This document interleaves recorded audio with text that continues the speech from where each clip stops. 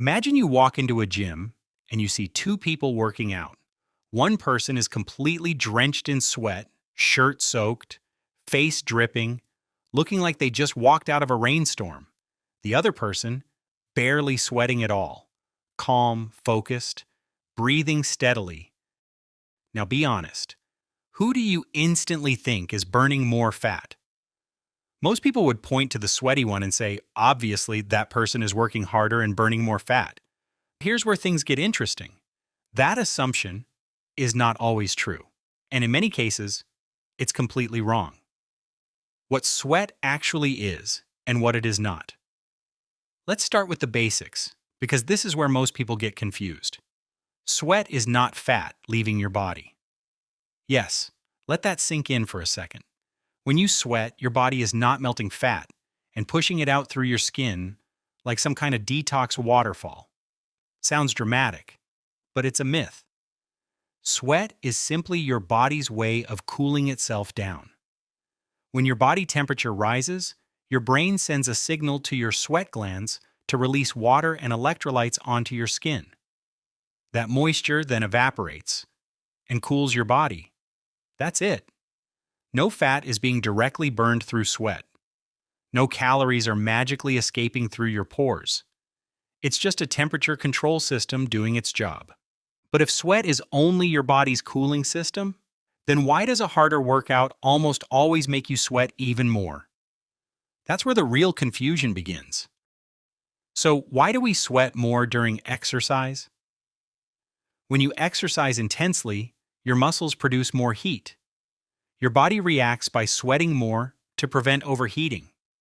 So yes, more intense workouts often lead to more sweating. But here's the key point.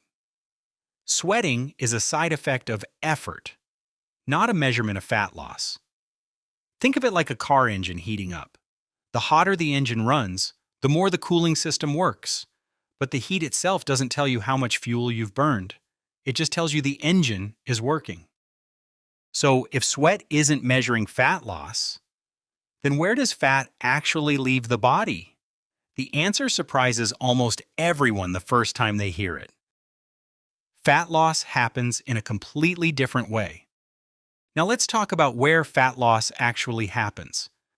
Fat loss occurs when your body is in a calorie deficit. That means you are burning more calories than you are consuming.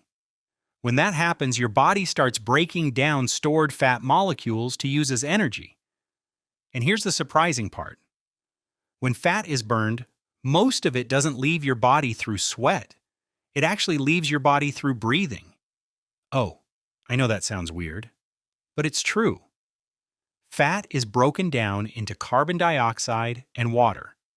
The carbon dioxide is exhaled through your lungs, and the water is removed through urine, sweat, and other fluids. So technically, every time you breathe out during a workout, you are literally exhaling fat byproducts. Kind of mind-blowing, right? But here's another mystery. If breathing is the real way fat leaves the body, why do some people still sweat far more than others doing the exact same workout? Why some people sweat more than others? Now here's another twist. Sweating levels are not even the same for everyone. Some people sweat a lot, even during light activity.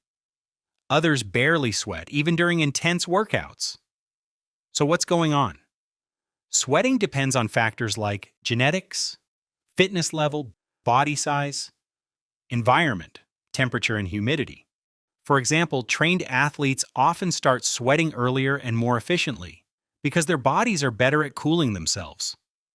So ironically, someone who sweats a lot might actually just have a more efficient cooling system, not necessarily burning more fat. And someone who sweats less, they might still be burning the same or even more calories. The sweat more equals fat loss trap. This is where things can go wrong for a lot of people. Many people believe that if they're not sweating enough, they're not getting a good workout. So they start chasing sweat instead of results. They turn up the heat. They wear extra layers. Some even use sauna suits or plastic wraps to force more sweating.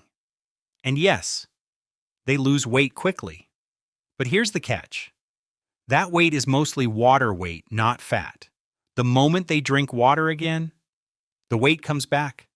So while the scale might go down temporarily, actual fat loss hasn't really changed. It's just dehydration, not transformation. So if chasing sweat isn't the answer, what should you actually focus on if your goal is to lose body fat?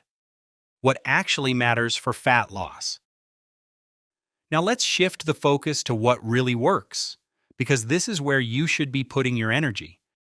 Fat loss depends on a few key factors: consistency, nutrition, and training intensity, not how much you sweat.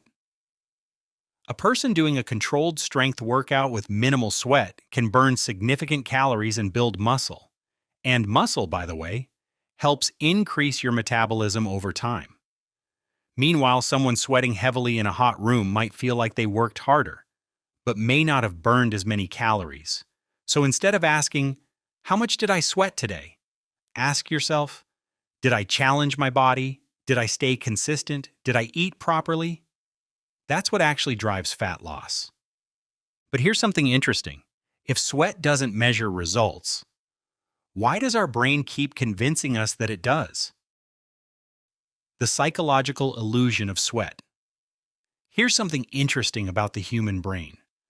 We love visible proof of effort. Sweat is visible. It feels like evidence that we've done something meaningful. So naturally, we associate it with results. But that's just a psychological shortcut. But it doesn't always reflect what's happening internally.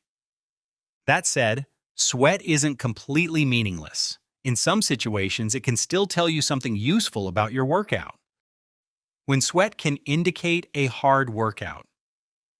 Now let's not throw sweat under the bus completely. Because yes, in some cases, sweating can be a sign of intense effort. If you're doing high-intensity training, cardio, or working in a hot environment, you'll likely sweat more. And those workouts can burn more calories. But again, it's the intensity causing both the calorie burn and the sweat, not the sweat causing the fat loss. That distinction is very important. So if sweat isn't the best way to judge your progress, what's a better way to know whether your workout is actually working? A simple way to judge your workout instead.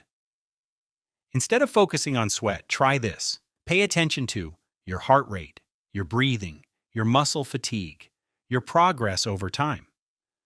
If your heart is working, your muscles are challenged, and you're improving gradually, you're on the right track. Even if your shirt is completely dry. Yes, dry workouts can still burn fat. No drama, no sweat waterfall, just results. Still not convinced? Let's do one simple experiment that proves this myth wrong in less than a minute. Let's do a quick reality check. Imagine sitting in a sauna for 30 minutes. You'll sweat a lot, right? Buckets of sweat. But are you burning a huge amount of fat? No.